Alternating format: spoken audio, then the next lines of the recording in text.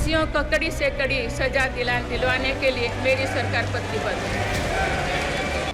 सरकारी भर्ती हो या फिर परीक्षाएं, सुनिए, परीक्षाएं किसी भी कारण से इनमें रुकावट आए ये उचित नहीं है।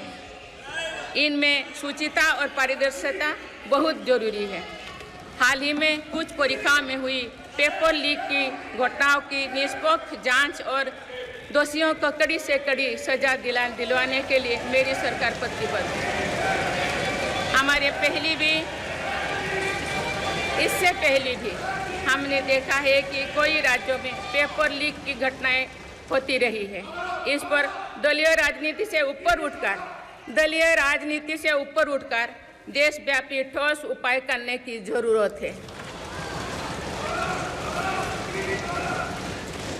संसद ने भी परीक्षा में होने वाली गड़बड़ियों के विरुद्ध एक सख्त कानून बनाया है। मेरी सरकार परीक्षाओं से जुड़ी संस्थाओं, उनके कामकाज के तरीके, परीक्षा प्रक्रिया सभी में बड़ी सुधार करने की दिशा में काम कर रही है।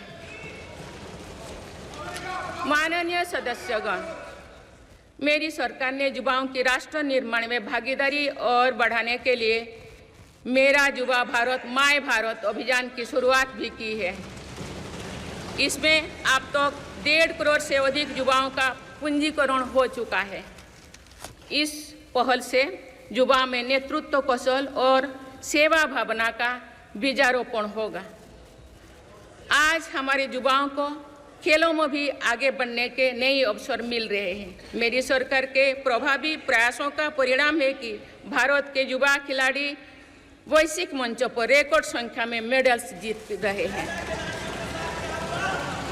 कुछ ही दिनों बाद पेरिस ओलंपिक्स में भी शुरू होने वाले जा रहे हैं। ओलंपिक्स में देश का प्रतिनिधित्व करने वाले हर खिलाड़ी पर हमें गर्व है। मैं उन्हें अपनी शुभकामनाएं देती हूँ। इन उपलब्धियों को और आगे ले जाने के लिए भारतीय ओलंपिक संघ 2036 ओलंपिक्स खेलों की मेजबानी की तैयारी भी कर रही है। माननीय सदस्यगण, जुलाई की 1 तारीख से देश में भारतीय न्याय संहिता भी लागू हो जाएगी।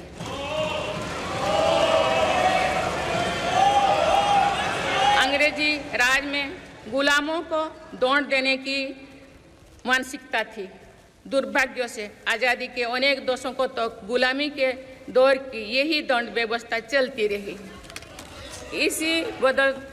इसे बदलने की चर्चा अनेक दशकों से की जा रही थी, लेकिन ये साहस भी मेरी सरकार ने ही करके दिखाए हैं।